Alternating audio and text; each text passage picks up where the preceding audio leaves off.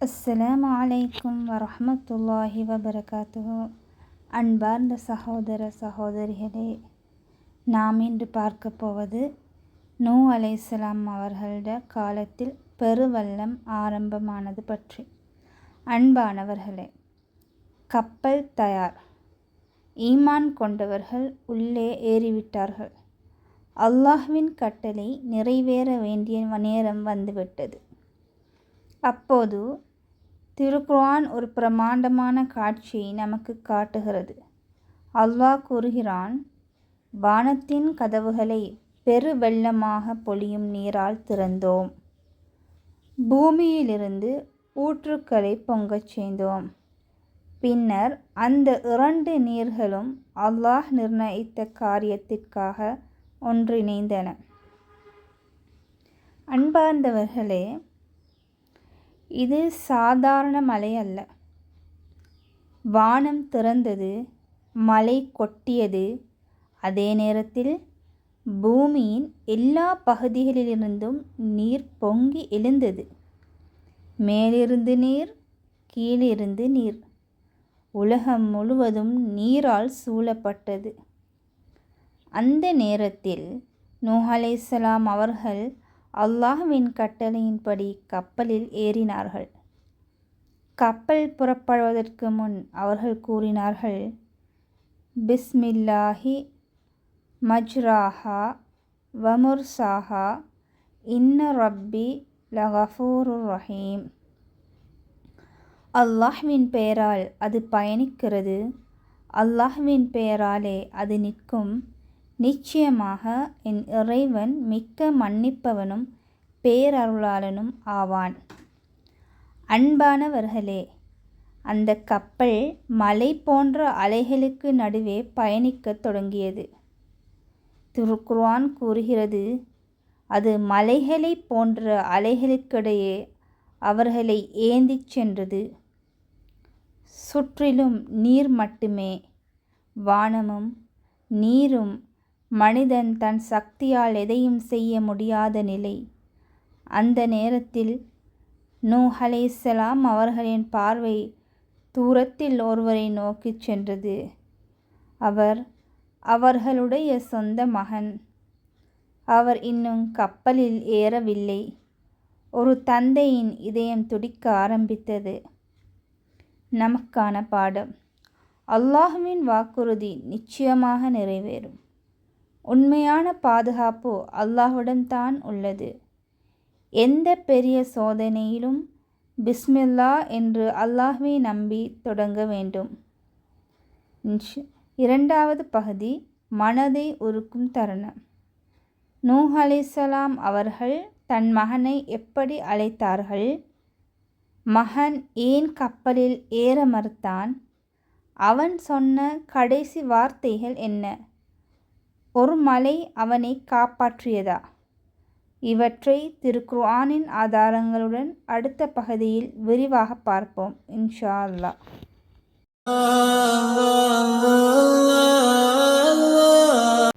அன்பானவர்களே, கப்பல் அலைகளுக்கு நடுவே பயணித்து கொண்டிருக்கிறது.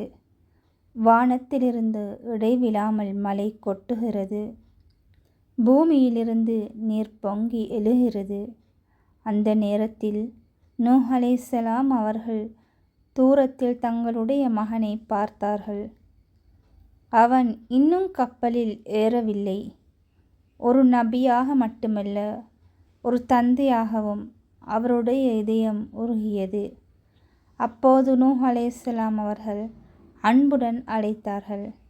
அல்லாஹ் திருக்குர்ஆனில் கூறுகிறான், என் அருமை மகனே, எங்களுடன் கப்பலில் ஏறு, இறை நிராகரிப்பாளர்களுடன் இருக்காதே. இதை கவனியுங்கள். நூஹ் அலைஹிஸ்ஸலாம் அவர்கள் கோபமாக அழைக்கவில்லை, அன்புடனும் கருணையுடனும் அழைத்தார்கள். ஆனால் அவருடைய மகன் என்ன பதில் சொன்னான்? நான் ஒரு மலையில் ஏறிக்கொள்கிறேன், அது என்னை நீரிலிருந்து காப்பாற்றிவிடும். அவன் நினைத்தான், என் அறிவு, என் திட்டம், என் சக்தி என்னை காப்பாற்றும். ஆனால் நூஹ் அலைஹிஸ்ஸலாம் அவர்கள் உடனே கூறினார்கள், இன்று அல்லாஹ்வின் கட்டளையிலிருந்து அவன் கருணை செய்தவர்களை தவிர வேறு யாரையும் காப்பாற்ற முடியாது. அந்த வார்த்தைகள் முடிவதற்குள் ஒரு பெரிய அலை தந்தைக்கும் மகனுக்கும் நடுவே வந்தது. அல்லாஹ் கூறுகிறான், பின்னர் ஒரு அலை அவர்கள் இருவருக்கும் இடையில் மறைத்தது. அவன் மூழ்கடிக்கப்பட்டவர்களில் ஒருவனாகிவிட்டான். அன்பானவர்களே, இது குர்ஆன் வரும் மிகவும் மனதை உருக்கும் காட்சிகளில் ஒன்று. ஒரு தந்தை தன் மகனை காப்பாற்ற விரும்புகிறார். ஆனால் ஈமான் இல்லாமல் உறவுகள் காப்பாற்ற முடியாது. நமக்கான பாடம்: அல்லாஹ்வின் கட்டளைக்கு முன்னால் எந்த மனித சக்தியும் உதவாது. பெற்றோரின் நல்ல அறிவுரையை அலட்சியம் செய்யக்கூடாது. ஈமான் என்பது உலகிலேயே மிகப்பெரிய செல்வம். அடுத்த பகுதியில் வெள்ளம் நின்றது எப்படி, கப்பல் எந்த மலையில் நின்றது, நூஹ் அலைஹிஸ்ஸலாம் அவர்கள் மகனை பற்றி அல்லாஹ்விடம் என்ன கேட்டார்கள், அல்லாஹ் அளித்த பதில் என்ன? இன்ஷா அல்லாஹ் அடுத்த பகுதியில் குர்ஆனின் ஆதாரங்களுடன் விரிவாக பார்ப்போம்.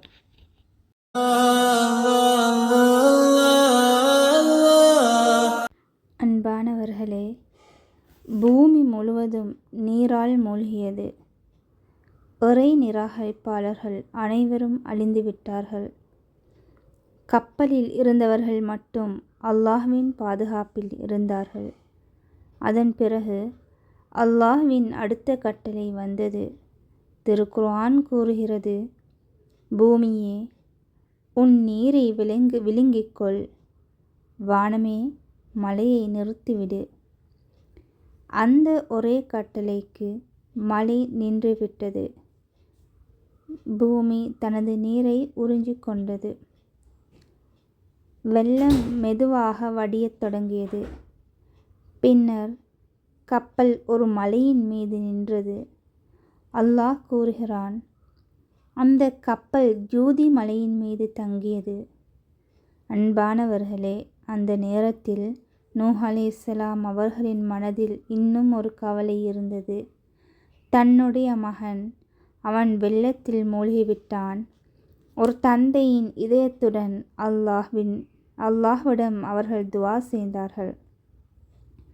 இறைவா, என் மகனும் என் குடும்பத்தை சேர்ந்தவன் தானே, நிச்சயமாக உன் வாக்குறுதி உண்மையானது.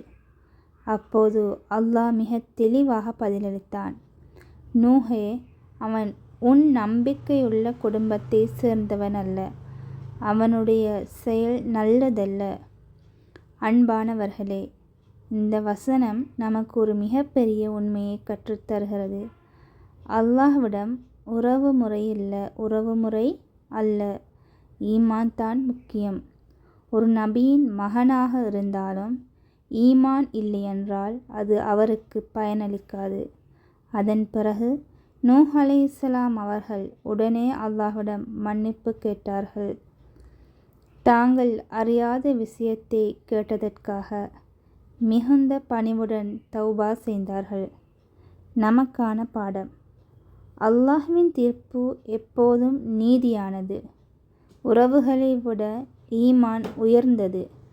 நமக்கு தெரியாத விஷயங்களில் அல்லாஹ்வின் ஞானத்தை நம்ப வேண்டும். தவறு உணர்ந்தவுடன் உடனே அல்லாஹ்விடம் மன்னிப்பு கேட்க வேண்டும். அடுத்த பகுதியில் வெள்ளத்திற்கு பிறகு உலகம் எப்படி மீண்டும் தொடங்கியது, நூஹ் அலைஹிஸ்ஸலாம் அவர்களுக்கு அல்லாஹ் கூறிய இறுதி வார்த்தைகள் என்ன, இந்த வரலாற்றிலிருந்து நாம் கற்றுக்கொள்ள வேண்டிய முக்கியமான வாழ்க்கை பாடங்கள் என்ன, இன்ஷா அல்லாஹ் எபிசோட் 2வின் நிறைவு பகுதியில் பார்ப்போம்.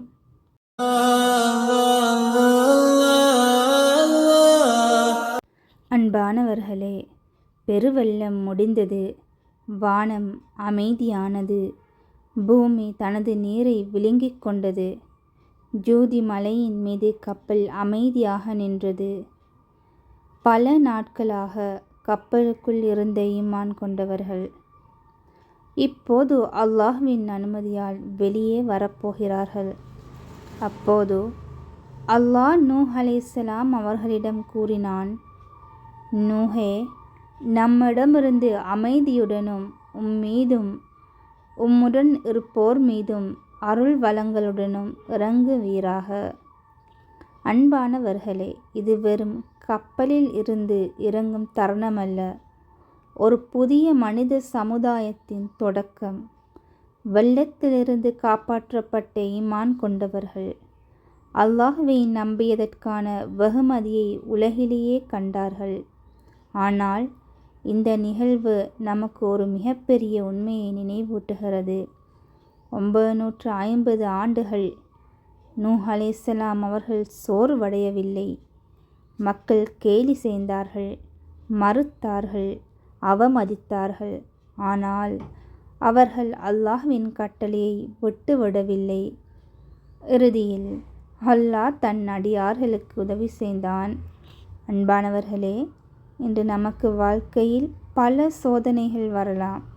சில நேரங்களில் நாம் செய்யும் நல்ல செயல்களுக்கு உடனடியாக பலன் கிடைக்காமல் இருக்கலாம். ஆனால் நூஹ் அலைஹிஸ்ஸலாம் அவர்களின் வாழ்க்கை நமக்கு சொல்லும் மிகப்பெரிய பாடம், அல்லாஹ்வுக்காக செய்த ஒரு நற்செயலும் வீணாகாது. அல்லாஹ்வின் உதவி சரியான நேரத்தில் நிச்சயமாக வரும். எபிசோட் 2 கற்றுக்கொண்ட பாடங்கள். அல்லாஹ்வை நம்புவோருக்கு அவன் பாதுகாப்பு அளிக்கிறான். உலக சக்திகளை விட அல்லாஹ்வின் சக்தியே உயர்ந்தது. உறவுகளை விட ஈமான் முக்கியமானது. பொறுமையுடன் அல்லாஹ்வை நம்பினால் வெற்றி நிச்சயம். எபிசோட் 3 கப்பலில் என்னென்ன உயிரினங்கள் இருந்தன? எல்லா உயிரினங்களும் உண்மையிலேயே கப்பலில் இருந்தனவா? பறவைகள், விலங்குகள் எப்படி பாதுகாக்கப்பட்டன? பெரு வெள்ளம் உலகம் முழுவதையா அல்லது நூஹ் அலைஹிஸ்ஸலாம் அவர்களின் மக்களையா பாதித்தது? குர்ஆன் கூறுவது என்ன? அறிஞர்களின் கருத்துகள் என்ன? இந்த சுவாரஸ்யமான கேள்விகளுக்கு குர்ஆன் மற்றும் நம்பகமான இஸ்லாமிய ஆதாரங்களின் அடிப்படையில் எபிசோட் 3 பதில்களை பார்ப்போம், இன்ஷா அல்லாஹ்.